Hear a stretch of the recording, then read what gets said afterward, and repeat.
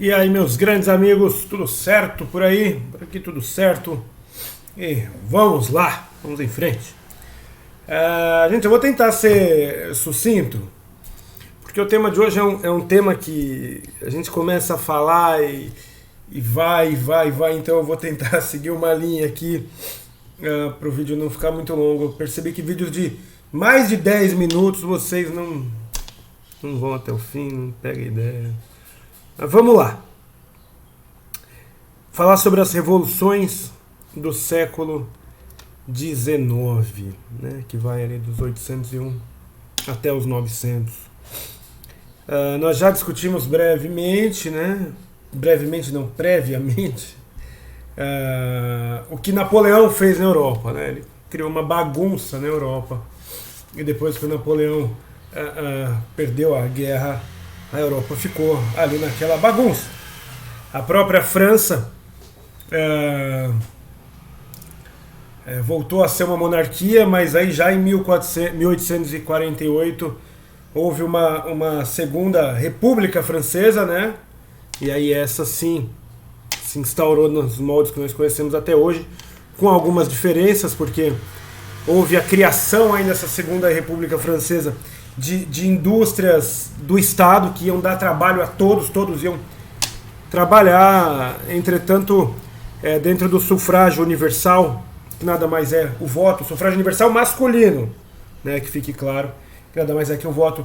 A burguesia ascendeu ao poder, chegou ao poder, né, retomando o poder, na verdade, porque eles foram os líderes da Revolução Francesa, né, de 1789, e aí esses burgueses vão reassumir o poder e vão acabar com essa festa popular, vão fechar as fábricas populares e vão manter o capital privado aí mandando, né, na economia.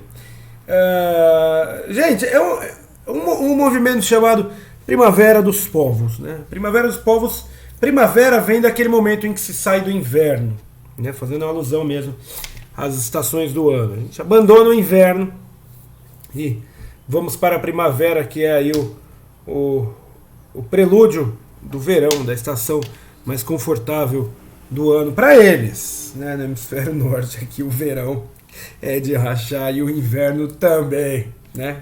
Mas enfim, aqui em Minas Gerais, o que acontece, gente, é o seguinte: enquanto nós tínhamos monarquias instituídas e reis que governavam com o poder divino que Deus dá para o rei governar, os sujeitos se sentiam súditos de um rei, se sentiam unidos por responderem a um rei. E esse rei representava Deus, então já estava tudo resolvido no pacote, né? Um líder civil com a religião dando respaldo e, por que você é francês? É porque o rei da França me governa. E quem governa o rei da França? Deus dá essa luz. E isso em todos os reinados aí que nós poderíamos encontrar, né? No reino da Sicília, da Sardenha, no Império Austríaco, austro-húngaro até, na verdade, nos estados germânicos, em Turim, em Milão e nos estados alemães também. O que vai surgir a partir do período pós-napoleônico é uma desconfiança muito grande na monarquia. Os ideais de liberdade, igualdade e fraternidade vão atingir a humanidade em cheio dentro do questionamento sobre por que eu não posso ser livre? Por que eu não posso decidir o meu governo? E mais, porque eu não posso governar. E esses ideais, eles vão começar a pipocar, principalmente pela Europa. Aí na segunda metade, fim da primeira, começo da segunda metade do século XIX. Esses sujeitos que vivem nessa Europa, eles vão começar a se questionar sobre qual é a argamassa social que os coloca dentro de algo que eles pensem que os une. O que é que faz deles um povo, uma nação, e nação no sentido cultural do termo, né? um grupo de pessoas com uma mesma cultura. E aí vai começar, vai se buscar dentro desse mundo, então, a tradição. Vai se inventar a ideia da tradição. De que forma? A tradição, ela remonta a um passado onde existem pontos heróicos em comum dentre as pessoas que vivem em determinado lugar. Um mártir, um herói nacional, um político, um guerreiro. E a partir disso, esses sujeitos eles vão ficar cunhados em moedas, vão ter estátuas na rua, os professores vão ensinar sobre eles nas escolas, e todos vão se sentir parte daquilo, dos feitos daquele herói. A nação alemã tem por tradição os heróicos germanos. A nação francesa tem os seus heróis no iluminismo. E por aí se segue, né?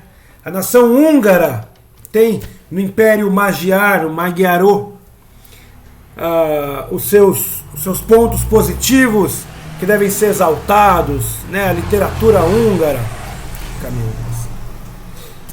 Eu falo com ênfase dos húngaros, porque meu avô era húngaro, mas não sou um grande conhecedor da cultura húngara, não. Só o que pude ver quando era menino, e estudei um pouco também para descobrir, mas os húngaros eles eram subjugados a partir do Império Austro-Húngaro, né? Os húngaros até tentaram, dentro da Primavera dos Povos, se libertar do Império Austro-Húngaro, mas foram reprimidos e suprimidos, e o Império Austro-Húngaro vai então ficar com a Hungria ali até a Primeira Guerra Mundial, que é um tema um pouco para frente. Vamos falar um pouco mais sobre a tradição. A tradição, então, ela vai inventar, não inventar, mas ela vai criar, vai forjar heróis que unem pessoas diferentes, com ideais diferentes. Ela vai unir burguês e mendigo dentro de um ideal, o ideal nacionalista. O problema disso é, quando eu exalto demais a minha cultura, eu acabo rebaixando o resto. Rebaixando o resto, eu acabo criando uma aversão a uma cultura que não é minha. Os estrangeiros que vivem na minha terra começam a ser vistos como menos puros do que eu. Os viajantes que passam pela minha terra passam a ser vistos como menos dignos do que eu e o meu povo. Esse é o nacionalismo com base na tradição. Ele não faz parte da minha tradição. E dentro desse tradicionalismo criado, vai se criar o romantismo. A linha do romantismo, o movimento sociocultural do romantismo, que vai abrir mão, em certa parte, dos pensamentos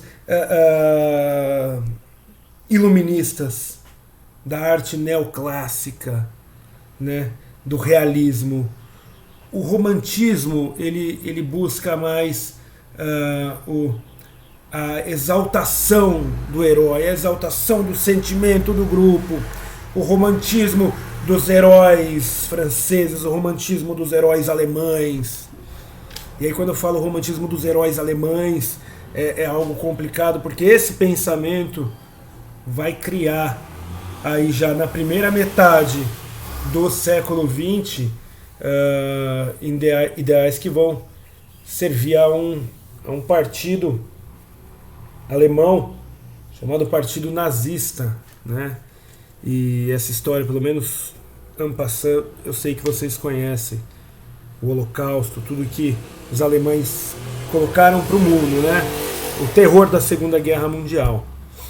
Enfim, esse romance exacerbado, esse nacionalismo exacerbado, essa tentativa de demonstração da diferença do eu para o outro, essa criação de xenofobia, de um mundo onde o sujeito que não é parte do meu grupo, eu tenho uma aversão a ele, ao estrangeiro, ao de fora, vai criar aí no século XX e até hoje, e já criava antes também, né, em certa medida, problemas catastróficos para a nossa espécie, para a humanidade. Certo?